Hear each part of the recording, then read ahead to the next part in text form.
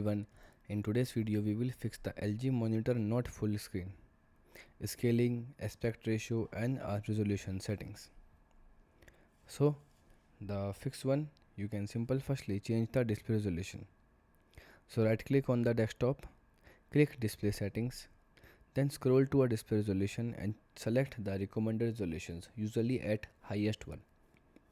Then you can keep the changes. The fix 2, you can adjust aspect ratio on monitor. Press the menu button on the LG monitor. Go to picture settings. Then find aspect ratio and select full wide or original. Then exit the menu and check the screen. Fix 3, you can update the graphics driver.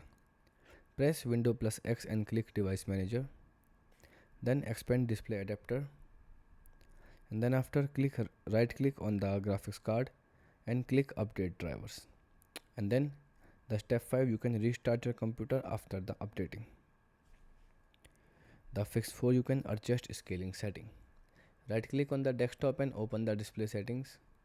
Find scale and layout. Then set scaling to 100% or the recommended option. Then restart your PC. Goodbye.